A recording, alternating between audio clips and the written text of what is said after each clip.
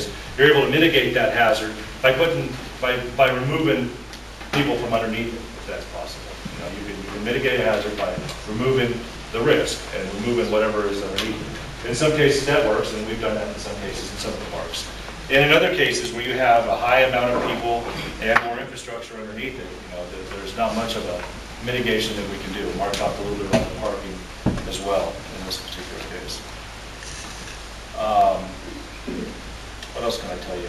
I know that the crews that came out on the weekend to remove the trees did search for birds and nests and that kind of stuff with the aerial truck, the LTEC tree truck, and didn't see any indication of any kind of nests, any indication of any kind of birds in the tree, or otherwise. We have photographs of this. Good. Yeah. Yeah, there was lots of woodpeckers in the tree. Tons of Yes, when we woodpeckers. asked them to stop, they laughed at us. We asked them for a permit, they told us no. One of the things that you'll notice in the majority of these oaks in this stand, these older oaks up here in this grove, is the majority of them do have acorns stashed in the trees.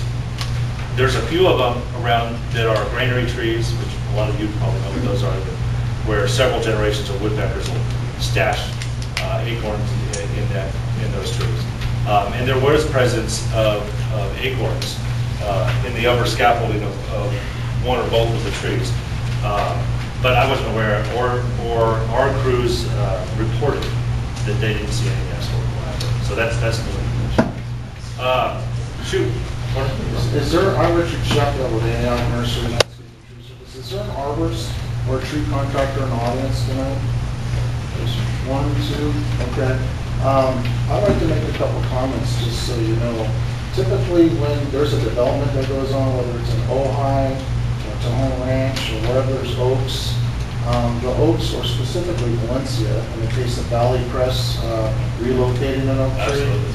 the trees are staked off and fenced off, and you do not do any grading or any excavating underneath the canopy or the drip edge. That's And right. so you guys were very irresponsible in not taking They were the never proper worked out. actions to begin with and making sure that you made these trees safe in regards to the project.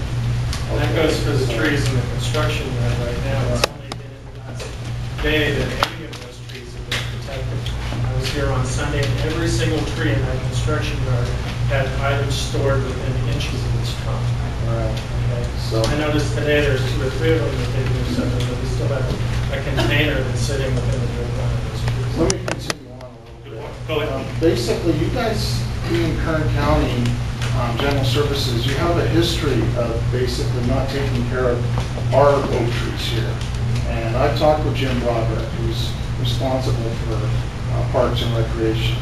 When we were planting the trees out here to honor Cody Prosser, I asked him, I said, hey, my company takes care of the trees at Tejon Ranch. I said, who's taking care of these? They're in bad need of repair. He said, well, we can't outsource this because we don't have the money, but we have a crew that rotates amongst the parks throughout the county. And I've been up here 17 years and I've never seen anybody work on these trees.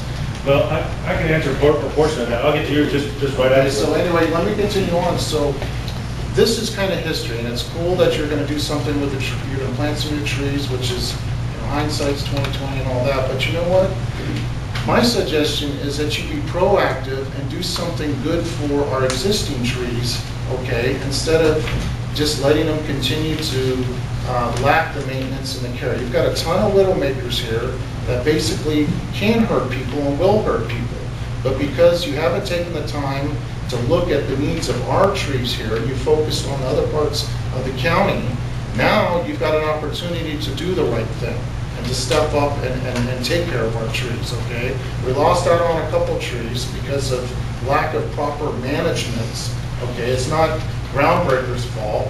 It's actually Tilton Pacific's and whoever engineered and designed this project that should have had the foresight to protect those oaks, and they didn't do that, okay? But let's don't beat a dead horse. Let's focus on the solution, which is to protect these trees that are existing currently here, and also the byproduct from a result of this problem, i.e. all the cut up wood, okay? I say do something good with the wood. And I talked with Curtis from Groundbreakers today, and he was instructed by the county to get rid of it. Nobody's gonna have access to it, period. You know what, that's not a good thing. What we do at my company is we give it to I Came to Believe, which is a nonprofit up here who gives it to needy homes that can't afford to heat their homes, okay? So why don't we do something good out of all this firewood that is here, bless somebody with it, do something good out of a bad situation, and then maybe preserve a couple pieces and give them to the high school for their wood shop, or maybe make a plaque, or do something good with it. And you guys pick up the tab, okay? Because it's your responsibility. You are basically elected officials, and you're the government, you're the county, and I think you need to take point and take some responsibility on it. Sorry.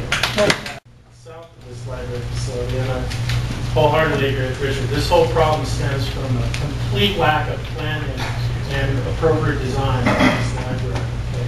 So instead of a facility that embraces its community, this facility has created an absolute barrier for the entire community south of it. There is virtually no aspect of this design that embraces this neighborhood at all. Okay, there's not a gate, there's not a fence. There is a fence. There's a 6-foot fence now, all along Encino Trail. Okay, we've taken what was a pedestrian-oriented site that allowed us access to our park, and you basically created a prison wall.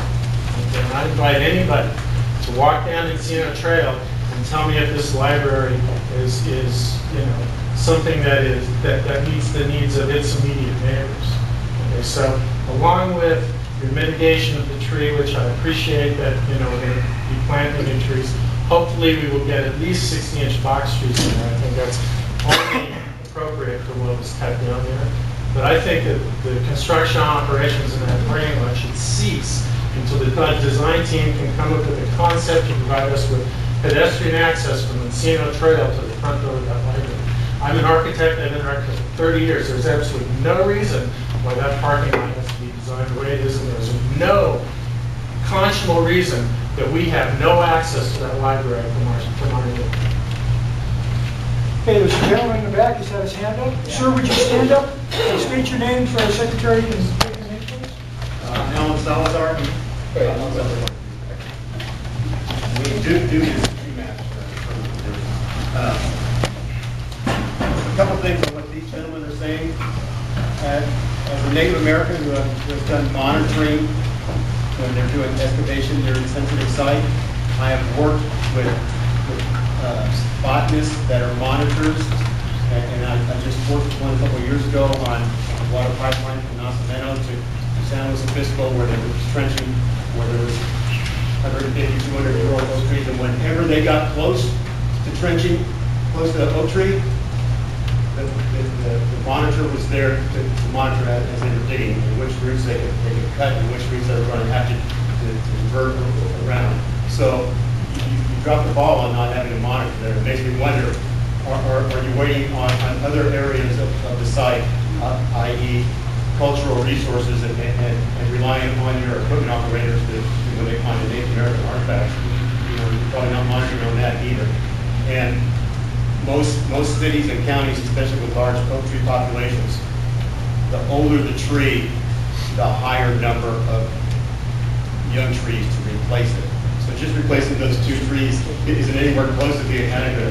An age tree like that, you usually replace, most counties, 1,000 oaks, Ventura, Santa Barbara County, those counties, their oak tree orders are about 20 to 1. I think you bring up a good point in that, we have a lot of work to do. I'll be the first to tell you, we have a lot of work to do in oak tree ordinances, protection of trees during construction phases, in educating people on proper pruning techniques. Because we've got a lot of companies out there just hacking and stacking. A lot of it, there's just a whole lot of work to be done. All great ideas, and we definitely